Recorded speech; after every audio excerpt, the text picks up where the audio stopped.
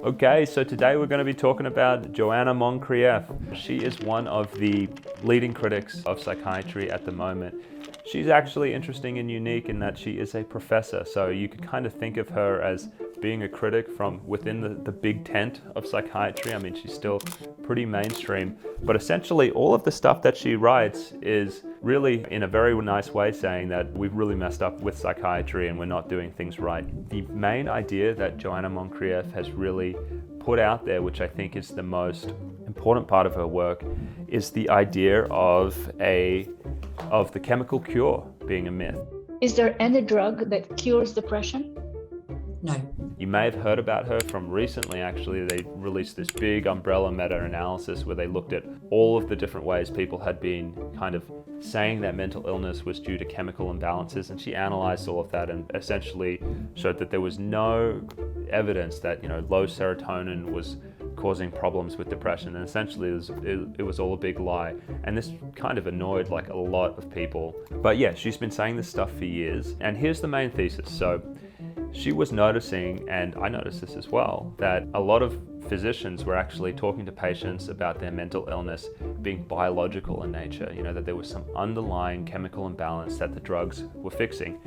And she really showed that this was just essentially, it's a marketing scam. It's one way of talking about mental illness that essentially keeps people taking medications and keeping them happy.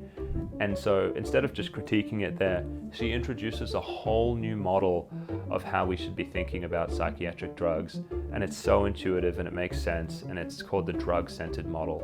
And what the drug-centered model is really about, it's about recognizing that each of these chemicals that has a signature effect, a reproducible effect on your psychology and on your mood. For instance, let's not think about SSRIs as rebalancing your serotonin. Let's think about SSRIs as a drug which causes a degree of emotional constriction. They can be blunting, they can take the edge off emotions. But when you actually look at it in that way, it's actually a much better way to practice psychiatry. Let me explain. So if you give someone a drug like an antidepressant for depression, and if you think it's just rebalancing your serotonin, you might not monitor other things. But if you're giving these drugs out from the framework that, okay, this has a drug effect of emotional constriction, you actually start to monitor it a lot better in your patients. And this is really what I got out of her work. It's like, you're not just going to be focused on their anxiety and their depression and how this drug effect has taken the edge off that. You're actually going to start looking in other areas. For instance, because it's a drug effect, it's also going to take the edge off happy emotions, things like motivation. Once you start seeing it in that way, you can actually talk to your patients and really try and get a sense of all the different ways the drug is affecting them.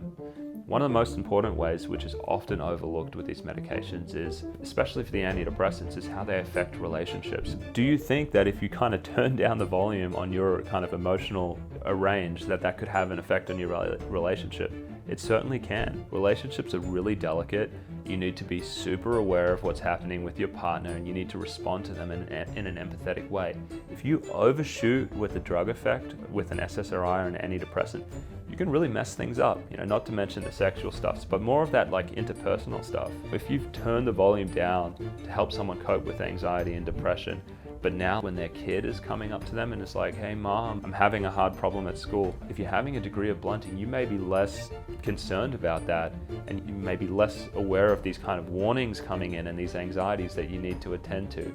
And so when you see the effects of these drugs more as a direct drug effect that can have multiple effects on someone's mood, it actually allows you to be, one, a more informed patient, but for me, it's like a better doctor because I'm looking at all of the different things they're doing.